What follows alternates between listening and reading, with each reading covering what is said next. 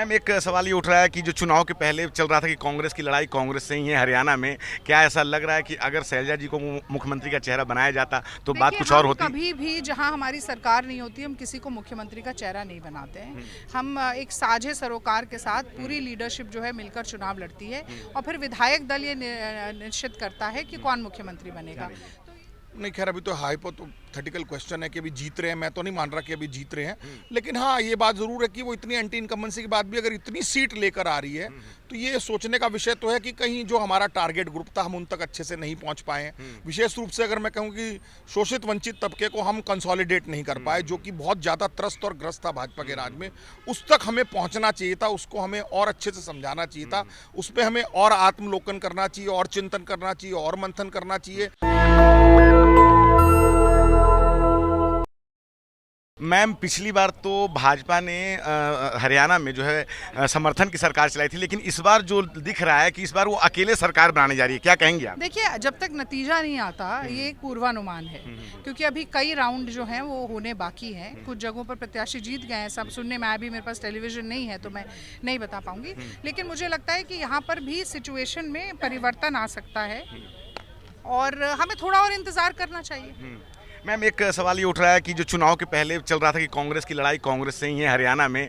क्या ऐसा लग रहा है कि अगर शैलजा जी को मुख्यमंत्री का चेहरा बनाया जाता तो बात कुछ और होती? कभी भी जहां हमारी सरकार नहीं होती हम किसी को मुख्यमंत्री का चेहरा नहीं बनाते हैं। हम एक साझे सरोकार के साथ पूरी लीडरशिप जो है मिलकर चुनाव लड़ती है और फिर विधायक दल ये निश्चित करता है कि कौन मुख्यमंत्री बनेगा।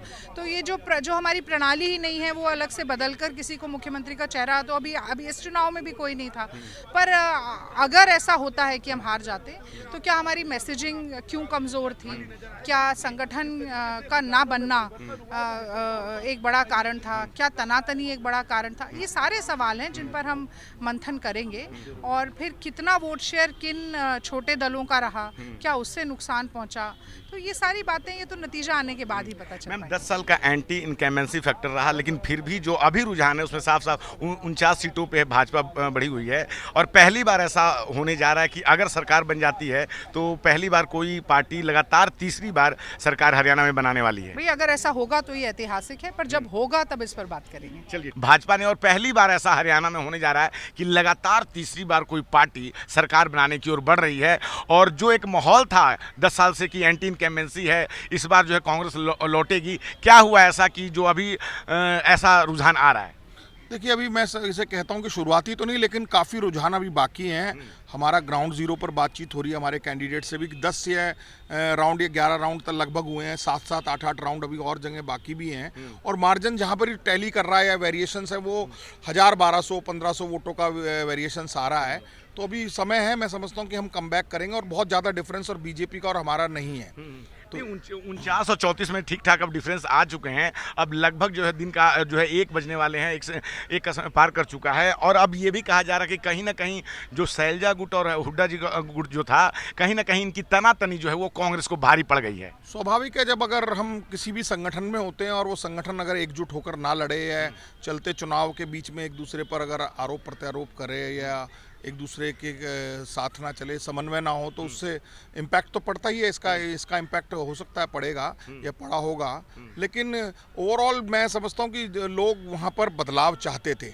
जिस तरीके से 10 साल की खट्टर और सैनी सरकार थी उससे लोग कहीं ना कहीं परेशान थे, तंग थे। चाहे किसान था, चाहे जवान था, चाहे नौजवान था, चाहे खिलाड़ी था, चाहे विशेष रूप से वंचित तबके का लोग था। उनको जो प्लॉट की एक स्कीम कांग्रेस के समय में 100-100 गज की थी वो बंद कर दी गई थी। नौकरियां जो सबसे ज़्यादा सरकारी नौकरी हमेशा विशेष वंचित समाजों को मिलती थी वो उनको बैन हो गया था। लेकिन उसके बावजूद भी अगर इस तरीके के रिजल्ट आ रहे हैं तो कहीं ना कहीं ये सोचने का विषय तो है और इसमें गंभीरता से अवलोकन करना चाहिए, सोचना चाहिए। पार्टी सोचेगी, इस पर विचार करेगी। एक चीज़ और जो सामने आ रही है कि पिछली बार जो सरकार चल रही थी भाजपा की, वो समर्थन की सरकार चल रही थी। और इस बार हम देख रहे हैं कि वो अकेले बहुमत में जो सरकार बनाने जा रही है, रुझानों में ऐसा साफ साफ दिख रहा है। तो जबकि कहा यह जा रहा था कि एंटी इनकम्बेंसी है, लेकिन इस बार जो पिछली बार समर्थन की सरकार थी वो इस बार बहुमत की सरकार में बदल गई है। अभी इसमें जल्दबाजी होगा कि समर्थन की सरकार है कि बगैर समर्थन की सरकार है, क्योंकि अभी पूरे नतीजे आने तक 3-3 बजे तक लगेगा। फिर उसके बाद अपन एक बार और इकट्ठे होंगे, बैठेंगे, बातचीत करेंगे। मुझे अभी भी विश्वास है कि कांग्रेस वहाँ सरकार आसपास आकर बना लेगी, क्योंकि जितने इंडिपेंडेंट्स हैं वो भी ज़्यादातर रेबल्स कैंडिडेट्स जो हैं वो कांग्रेस के ही आगे हैं, तो उनको मिलाकर भी हम सरकार अपनी बना सकते हैं। क्योंकि कांग्रेस की सरकार ही मैं समझता हूँ कि वहाँ पर जो सामाजिक न्याय की लड़ाई को अंजाम तक पहुँचा सकती है, गरीब वंचित तबके तक, चाहे जातिगत जनगणना की बात हो, चाहे सामाजिक न्याय दिलाने की बात हो, चाहे आरक्षण को पूरा लागू करने की बात हो, चाहे सरकारी नौकरी देने की बात हो, इन सब मुद्दों को ग्राउंड जीरो पर ले जाने की पूरी कोशिश कांग्रेस के संगठन ने की है। लेकिन अब क्या इसमें कमी खामी रह गई है कि इतनी एंटी इनकम्बेंसी के बाद अगर भाजपा इस तरीके से कर रही है तो इस पर जरूर विचार करना चाहिए पार्टी को कि क्यों इस तरीके के हालात अभी पैदा हो गए हैं। क्या लगता है कि आम आदमी पार्टी और इनेलो और बीएसपी का जो गठबंधन था कहीं ना कहीं उसने कांग्रेस को नुकसान पहुंचाया है, ऐसा लग रहा है? हालांकि अभी जो है रिजल्ट आने में समय है। देखिए अभी समय तो है, लेकिन इसका बाद में अवलोकन किया जाएगा कि किन किन सीटों पर कितने कितने वोट एएसपी, बीएसपी, इनेलो और जेजेपी और आप के लोगों को मिले हैं। और स्वाभाविक है क्योंकि ये जितनी पांचों पार्टियां लड़ रही थी एक तरीके से ये बी टीम बीजेपी का ही काम कर रही थी।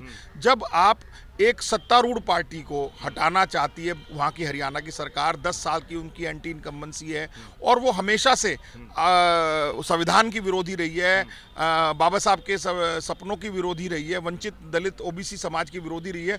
उस वक्त जब जो इस तरीके की पार्टीज हैं अगर ये मिलकर नहीं चल सकती तो कम से कम इन्हें पीछे हट जाना चाहिए था। और कांग्रेस और भारतीय जनता की जो भारतीय जनता पार्टी की डायरेक्ट फाइट थी उस पर अगर लड़ाई लड़ी जाए तो मैं समझता हूँ कि हमेशा हमेशा कांग्रेस की जीत होती। लेकिन क्योंकि जब जिस तरीके से ये पार्टियां हैं छोटे वोटर्सों को काटती हैं तो उससे कहीं ना कहीं नुकसान तो था। पिछली बार भी जब हमारा जो हरियाणा में जब हमारी 32 सीटें थी तो हमारी जो काफ़ी सीटें थी वो लगभग 1000 वोटों से कम के मार्जिन से ही हम लोग हारे थे। और उसका कारण भी इंडिपेंडेंट्स के छोटे छोटे दल थे।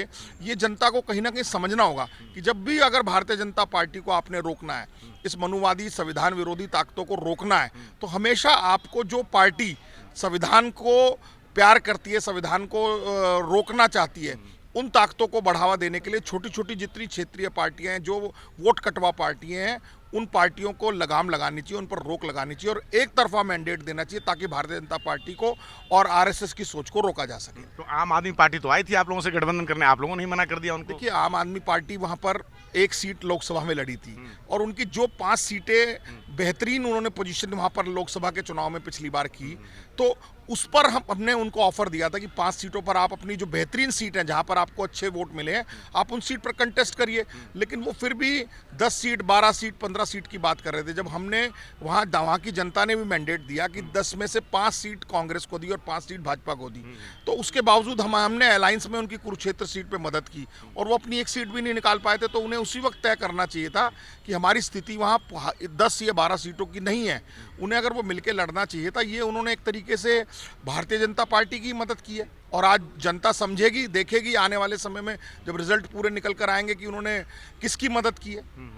हरनाम जी, एक आखिरी सवाल, इतना ज़्यादा इन जो है एंटी इनकम्बेंसी फैक्टर था, किसान, पहलवान, जवान, ये तीनों बहुत बड़े मुद्दे थे और उसके बाद भी भाजपा जो है अकेले अपने दम पर बहुमत में सरकार बनाने की ओर बढ़ रही है।